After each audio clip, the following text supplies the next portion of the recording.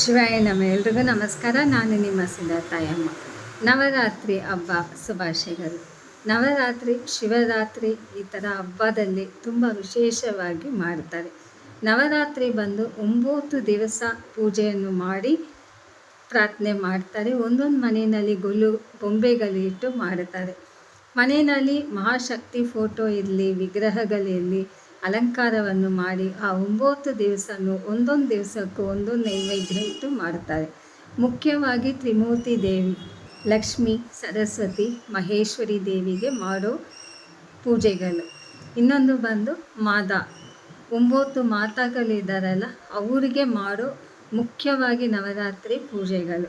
ದುರ್ಗಾಮ್ಮ, ಶಕ್ತಿ, ಆಮೇಲೆ ವಾರಾಹಿ ಅಮ್ಮ, ಪಾರ್ವತಿ ದೇವಿಗೆ 9 ದಿವಸನೂ ಮನೆಯಲ್ಲಿ ಅಷ್ಟು ಆನಂದವಾಗಿ ಅಲಂಕಾರ ಮಾಡಿ ಪೂಜೆ ಮಾಡ್ತಾರೆ. ಇದು ಯಾವ ಥರ ಮನೆಯಲ್ಲಿ ಮಾಡೋಣ ಅಂತ ಎಲ್ಲರೂ ಅಮ್ಮ ನನಗೆ ಒಂದು ವೀಡಿಯೋ ಹಾಕಿ ಅಂತ ಕೇಳಿದ್ರಿ. ತುಂಬ ಸಂತೋಷ. ಎಲ್ಲ ದೇವಸ್ಥಾನದಲ್ಲೂ ಅಷ್ಟೊಂದು ದಿವ್ಯವಾಗಿರುತ್ತೆ ನೋಡೋಕ್ಕೆ, ಅಷ್ಟು ಅಲಂಕಾರ ಮಾಡಿ ಪ್ರಾರ್ಥನೆ ಪೂಜೆ ಮಾಡುತ್ತಾರೆ.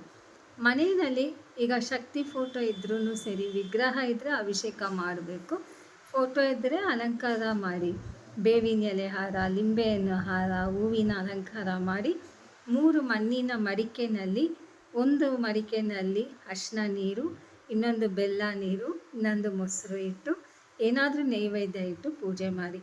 ಖಂಡಿತ ಕಲಶ ಇಡಬೇಕು. ಕಲಶ ಇಟ್ಟು ಪೂಜೆ ಮಾಡಿ. ಕಲಶ ಹೆಂಗಿರಬೇಕು? ಒಂದು ಚಿಕ್ಕ ತಟ್ಟೆಯಲ್ಲಿ ಅರಿಶಿನ ಹಾಕಿ, ಆಮೇಲೆ ಕಲಶ ಸೊಂಬಲ್ಲಿ ನೀರು ತುಂಬಿಸಿ ಅರಿಶಿನ, ಕುಂಕುಮ, ಗಂಧ, ವಿಭೂತಿ, ಪನ್ನೀರು, ಪಚ್ಚೆ ಕರ್ಪೂರ, ಒಂದು ಕಾಯಿನು, ಹೂವು, ಬೇವಿನ ಎಲೆ ಎಲ್ಲ ಹಾಕಿ ಮಾವಿನ ಎಲೆ ಮೇಲೆ ಇಟ್ಟು ತೆಂಗಿನಕಾಯಿ, ಕಲಶ ತೆಂಗಿನಕಾಯಿ ಇಟ್ಟು ಕುಂಕುಮ ಇಟ್ಟು ತೆಂಗಿನಕಾಯಿಗೆ ಅಲಂಕಾರ ಮಾಡಿ ಕಲಶಕ್ಕೆ ಒಂದು ನಿಮ್ಮ ಇಷ್ಟ, ಅದು ಬ್ಲೌಸ್ ಪೀಸೋ ಇಲ್ಲ ಸ್ಯಾರಿ ಥರ ಬರುತ್ತೆ, ನಿಮ್ಮ ಮನಸ್ಸಿಗೆ ಹೆಂಗೆ ಅಲಂಕಾರ ಮಾಡಬೇಕೋ ಆ ತಾಯಿಗೆ ಮಾಡಿ. ಮಾಂಗಲ್ಯ ಹಗ್ಗ ಖಂಡಿತ ಇರಲೇಬೇಕು ಕಲಶಕ್ಕೆ, ಮಾಂಗಲ್ಯ ಹಗ್ಗ ಹಾಕಿ.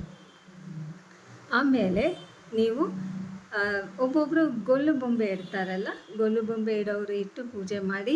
ಇಲ್ಲಮ್ಮ ಬರೀ ಫೋಟೋ ಕಲಶ ಇಟ್ಟರೆ ಸಾಕಂತ ಅದನ್ನು ಆ ಥರ ಮಾಡಿ. ತುಂಬ ಒಳ್ಳೆಯದು. 9 ದಿವಸನೂ ನೈವೇದ್ಯ ಖಂಡಿತ ಇಡಲೇಬೇಕು. ತಾವು ಆ 9 ದೇವಿಗಳನ್ನು ನೆನೆಸ್ಕೊಂಡು ಒಂದೊಂದು ದಿವಸನೂ ಒಂದೊಂದು ದೇವಿ ಶಕ್ತಿ ಪ್ರಾರ್ಥನೆ ಇರುತ್ತಲ್ಲ ಮಾಡಿ. ಅಕ್ಟೋಬರ್ 2ನೇ ತಾರೀಕು ಬಂದು ವಿಜಯದಶಮಿ. ಮಕ್ಕಳಿಗೆ ವಿದ್ಯಾಭ್ಯಾಸ ಚೆನ್ನಾಗಿರಬೇಕಂತ ವಿಜಯದಶಮಿ ಅವತ್ತು ಎಲ್ಲ ಮನೆಯಲ್ಲೂ ಸರಸ್ವತಿ ದೇವಿನ ನೆನೆಸ್ಕೊಂಡು ಪೂಜೆ ಮಾಡ್ತಾರೆ. ತುಂಬ ಒಳ್ಳೆಯದು. ದೇವರ ಆಶೀರ್ವಾದ ಯಾವಾಗಲೂ ಅಷ್ಟೇ, ತಾವು ಮಾಡೋ ಪೂಜೆನಲ್ಲಿನೇ ಫಲ ಸಿಗೋದು. ನೀವು ಮನಸ್ಸಿಗೆ ಎಷ್ಟು ಆನಂದವಾಗಿ ಮಾಡ್ತೀರೋ ಅಷ್ಟು ಫಲ ನಿಮಗೆ ಖಂಡಿತ ಸಿಗುತ್ತೆ. ಈ ಸತಿ ತುಂಬ ಕಷ್ಟ ಆಗಿದೆ ಅಮ್ಮ ಅಂದ್ರೂ ನಿಮ್ಮ ಕೈಯಲ್ಲಿ ಆಗಿದ್ದ ಅಷ್ಟು ನೀವು ಮಾಡಿ. ಖಂಡಿತ ದೇವರು ಬರೋ ವರ್ಷ ಒಳಗಡೆ ನಿಮಗೆ ಎಲ್ಲ ಭಾಗ್ಯನೂ ಕೊಡ್ತಾರೆ. ಆ ಶಕ್ತಿ ದೇವಿನ ನೆನೆಸ್ಕೊಂಡು ಪ್ರಾರ್ಥನೆ ಮಾಡಿ. 9 ಮಾತಾಗಳನ್ನು ನೆನೆಸ್ಕೊಂಡು ಪ್ರಾರ್ಥನೆ ಪೂಜೆಗಳನ್ನು ಮಾಡಿ.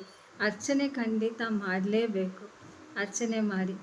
ಇಲ್ಲ 9 ದಿವಸನೂ ನಿಮಗೆ ಮಾಡೋಕ್ಕಾಗಿಲ್ಲ ಅಂದರೆ ಆ 9 ದಿವಸದಲ್ಲಿ ಒಂದು ದಿವಸ ಆದರೂ ತಾವು ದೇವಿ ಶಕ್ತಿನ ನೆನೆಸ್ಕೊಂಡು ಪ್ರಾರ್ಥನೆ ಮಾಡಿ. ಎಲ್ಲ ಹೂವಿನ ಅಲಂಕಾರ, ಬೇವಿನ ಎಲೆ ಹಾರ, ಆಮೇಲೆ ಲಿಂಬೆಹಣ್ಣು ಹಾರ, ಹೂವು ಅಲಂಕಾರ ಎಲ್ಲ ಮಾಡಿ ಒಂದೇ ಒಂದು ಕಲಶ ಒಂದು ದಿವಸಗೂ ಇಡ್ಬೋದು. ತುಂಬ ಒಳ್ಳೆಯದು. ಆ ಒಂದು ದಿವಸ ಕಲಶ ಇಟ್ಟು ಪೂಜೆ ಎಲ್ಲ ಮಾಡಿ ಮಕ್ಕಳಿಗೆ ಏನಾದರೂ ಪೆನ್ಸಿಲು, ಪುಸ್ತಕನೋ ಏನಾದರೂ ದಾನ ಮಾಡಿ. ಪ್ರಸಾದ ಕೊಡ್ರಿ. ತುಂಬ ಒಳ್ಳೆಯದು. ಒಂದು ವಿಲಿದ ಎಲೆ, ಆಮೇಲೆ ಹಣ್ಣು, ಏನಾದ್ರು ನೈವೇದ್ಯ ಚೆನ್ನಾಗಿ ಬೇಯಿಸಿ ಏನಾದರೂ ಒಂದು ಪ್ರಸಾದ ಕೊಡ್ರಿ. ತುಂಬ ಒಳ್ಳೆಯದು. ನಿಮಗೆ ಏನಾದರೂ ಡೌಟ್ ಇದ್ದರೆ ಕಮೆಂಟ್ಸಲ್ಲಿ ಅಪ್ಡೇಟ್ ಮಾಡಿ.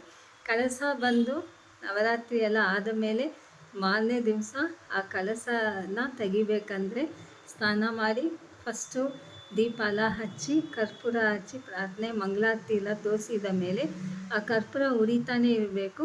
ಆವಾಗ ಆ ಕಲಶ 3 ಸತಿ ಶೇಕ್ ಮಾಡಿ. ಅದಾದ ಮೇಲೆ ತೆಂಗಿನಕಾಯಿನ ಎತ್ತು ಒಡೆದು ಆ ನೀರು ಪ್ರಸಾದವಾಗಿ ತಗೊಳ್ಳಿ. ತೀರ್ಥ ಪ್ರಸಾದವಾಗಿ ತಗೊಂಡು ಆ ತೆಂಗಿನಕಾಯಲ್ಲಿ ಏನಾದರೂ ಒಂದು ಪ್ರಸಾದ ಮಾಡಿ ಇಟ್ಟು ಪೂಜೆ ಮಾಡಿದ ಮೇಲೆ ನವರಾತ್ರಿ ವಿರದ ಪೂಜೆ ನಿಮಗೆ ಒಂದು ಕಂಪ್ಲೀಟ್ ಆಯಿತು.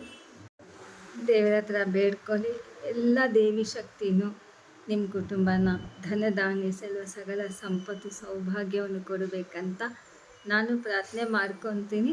ನವರಾತ್ರಿ ಹಬ್ಬದ ಶುಭಾಶಯಗಳು. ಶಿವಾಯ ನಮಃ.